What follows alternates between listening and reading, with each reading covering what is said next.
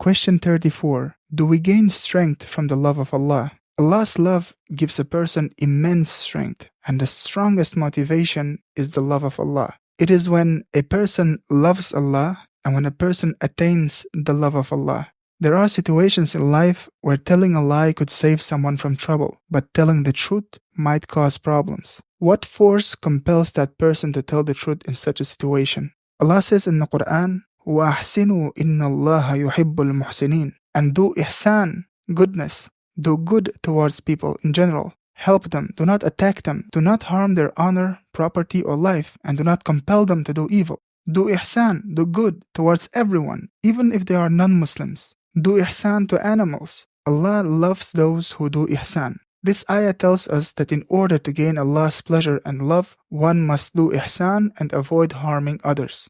Before this ayah, Allah says, وَلَا تَعْتَدُوا, and do not transgress, do not act unjustly, do not oppress, do not step outside the bounds of obedience. إِنَّ اللَّهَ لَا يُحِبُّ الْمُعْتَدِينَ. Indeed, Allah does not like those who transgress. These verses indicate that due to zulm, oppression, transgression, and excessiveness, a person distances himself from Allah, while through ihsan, a person draws closer to the love of Allah. What force restrains a person from committing crimes and evil deeds, even when given the opportunity? We see that in places where non-Muslims live, children suffer from sexual abuse. A person has a nafs, a soul, that calls them towards evil, so it is very important that they have a strength that holds them back from committing these crimes. And the greatest motivating force is the love of Allah. We know that a Muslim is not someone who just calls themselves a Muslim, but a true Muslim is someone whose goal is to gain the pleasure and love of Allah.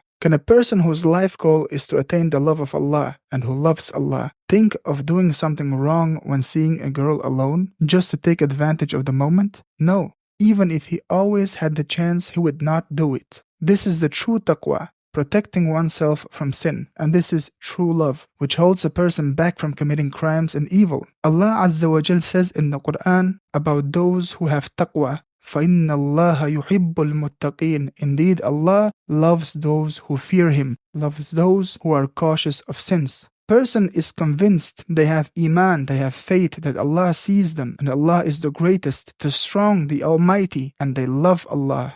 Allah says in the Quran, وَلَا تَقْرَبُوا الزِّنَا, and do not approach unlawful sexual intercourse. إِنَّهُ كَانَ فَاحِشَةً. Indeed, it is ever an immorality. وَسَاءَ سَبِيلًا, and is evil as a way. In this ayah, Allah does not say, do not commit zina, but rather He says, do not approach it, because it is fahisha, it is immorality, an abomination. Therefore, any relationships, any friendships, glances, or conversations that bring a person closer to zina or fahisha, an abomination and are haram. A person who loves Allah should stay away from this, to keep themselves from it. In reality, every crime and every oppression are sins and are haram in Islam. There is no crime or oppression that is not haram. Therefore, the easiest way to avoid crimes and oppression is the love of Allah. When a person loves Allah and wants to attain His love, this love keeps them from committing evil deeds, from harming others, from using someone's property without permission, because they love Allah and because Allah has said that it is haram, that it is theft. This is the true taqwa that the Quran often teaches. If a person loves Allah, they will not act in such a way because they have made a contract, they have given a promise. Allah says in the Quran, Man awfa,